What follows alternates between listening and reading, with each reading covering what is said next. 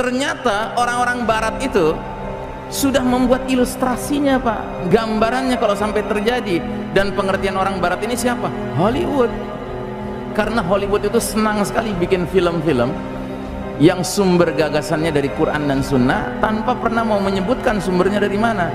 Dia akan menyelimuti seluruh wilayah timur, seluruh wilayah barat, ya. Ini gambaran dari ruang angkasanya, ya. Kita belum lihat dari daratannya, nanti dari daratan diperlihatkan.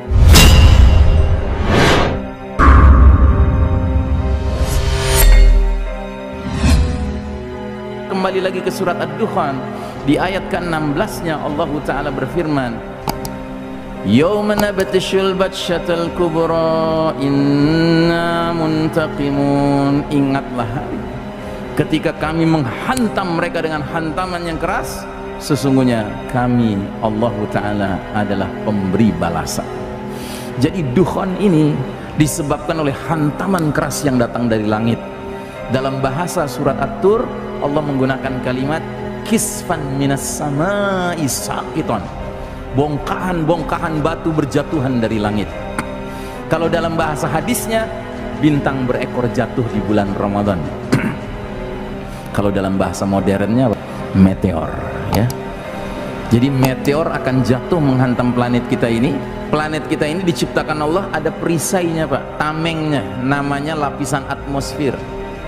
Menurut para ilmuwan, di jagat raya kita ini, Pak, berseliweran di sekitar planet bumi kita ini meteor-meteor yang ukurannya raksasa, besar sekali, yang kalau satu saja melintas dan menabrak planet kita ini, itu dahsyat. Kata ilmuwan, karena ada tamengnya, meteor raksasa ini akan pecah, tapi pecahannya akan ada yang lolos, menabrak daratan, menabrak lautan. Dan yang lolos ini ukurannya ada yang sampai garis tengahnya 2 km, Pak. Batu garis tengahnya 2 km, bergerak dengan kecepatan puluhan ribu kilometer per jam. Kalau dia menabrak daratan, tentu dia akan menimbulkan kepulan asap kayak bom nuklir. Tetapi bom nuklirnya berlipat-lipat kali dari bom nuklir biasa. Makanya cendawan asapnya itu akan meluas sampai menyelimuti seluruh wilayah timur dan barat, kata Nabi. 40 hari 40 malam kita hidup dalam kegelapan. Itulah peristiwa Ad-Dukhan. Sementara bongkahan-bongkahan yang jatuhnya di laut, di samudra, menimbulkan apa, Pak? Tsunami. Tapi tsunaminya bukan tsunami yang dinding airnya 5 meter, 20 meter, 30 meter. Tidak, Pak, ratusan meter. Menurut salah seorang ilmuwan, dia bisa sampai 235 meter, Pak, ketinggiannya. Tentu kalau dia menghantam daratan, maka wilayah-wilayah tertentu yang lebih rendah dari 235 meter itu akan terbenam. Nah, itulah fenomena pembenaman di timur, pembenaman di barat. Nah, jadi saudaraku rahimakumullah, yang paling penting kita pahami, ternyata orang-orang barat itu sudah membuat ilustrasinya, Pak, gambarannya kalau sampai terjadi. Dan pengertian orang barat ini siapa? Hollywood. Karena Hollywood itu senang sekali bikin film-film yang sumber gagasannya dari Quran dan Sunnah tanpa pernah mau menyebutkan sumbernya dari mana. Pokoknya mereka mau nyari duit aja, mau menghibur saja. Nah, buat kita ini sarana tafakur. Nah, salah satu klip videonya judulnya Apophis. Apophis ini nama apa, Pak? Nama meteor yang ukurannya besar. Bahasa Latin, kalau bahasa Inggrisnya apa? The Destroyer, sang penghancur. Karena menurut mereka kalau sampai meteor ini menabrak planet kita, Pak, disasternya, kehancurannya itu seperti yang digambarkan dalam film. Nah, ini meteornya sudah bergerak, ya. Dia akan menghantam planet kita. Nah, begitu dia touchdown itu artinya mendarat, ya, maka dia segera menimbulkan kepulan asap yang bentuknya seperti cendawan, kayak bom nuklir meledak. Cuman kekuatannya berlipat-lipat kali dari bom nuklir yang biasa. Makanya Nabi mengatakan dia akan menyelimuti seluruh wilayah timur, seluruh wilayah barat, ya. Ini gambaran dari ruang angkasanya, ya. Kita belum lihat dari daratannya, nanti dari daratan diperlihatkan. Nah, ini gambaran dari daratannya. Nah, ketika dia melintas lalu touchdown, lihat dampak yang dia timbulkan. Nah, ini menurut teorinya titik di mana jatuhnya bongkahan batu itu 200 km radius, itu semua orang tewas, Pak. Jadi kira-kira kalau jatuh nauzubillah di Surabaya, penduduk Jombang aman nggak? Surabaya Jombang berapa kilo, Pak? 100 kilo? Hah? Hah? Kurang dari 100, habislah ya. Nah, belum lagi serpihan-serpihan dari bongkahan-bongkahan meteor itu berjatuhan kayak rudal-rudal, Pak.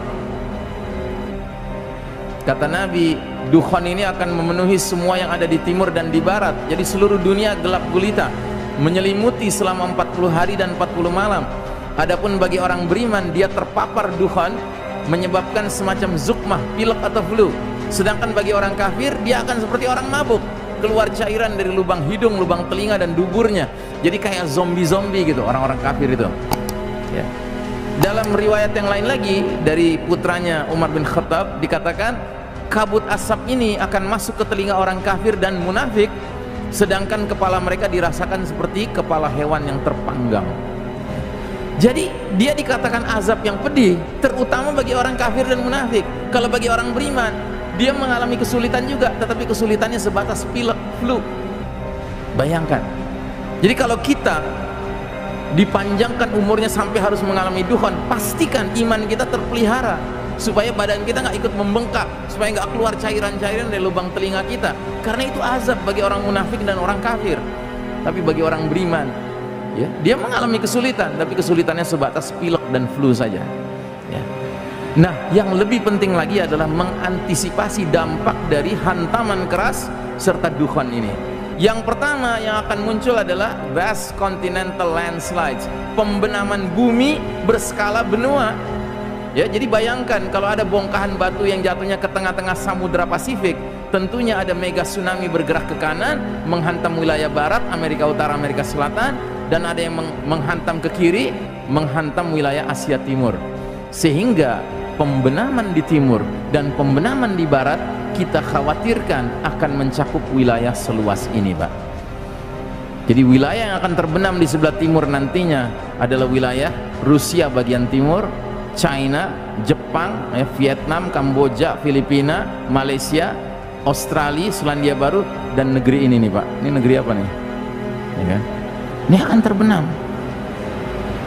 Tidak bermaksud menakut-nakuti ya, cuma ini logikanya saja. Kita berpikir logikanya saja. Termasuk kita renungkan hadis-hadis tentang peperangan di akhir zaman, di zamannya Al-Mahdi, nggak ada menyebutkan negara Cina terlibat di dalamnya, Jepang terlibat di dalamnya, nggak ada.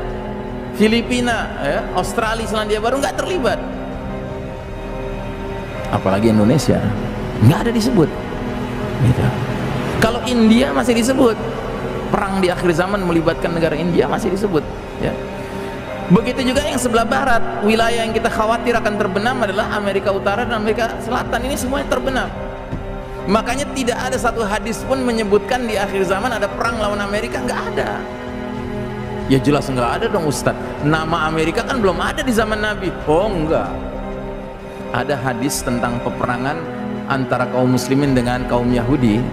Ini hadis tentang akhir zaman juga. Kata Nabi, kalian umat Islam akan berada di sebelah timur dari Nahrul Urdun, sedangkan Yahudi di sebelah barat dari Nahrul Urdun, sungai Jordan.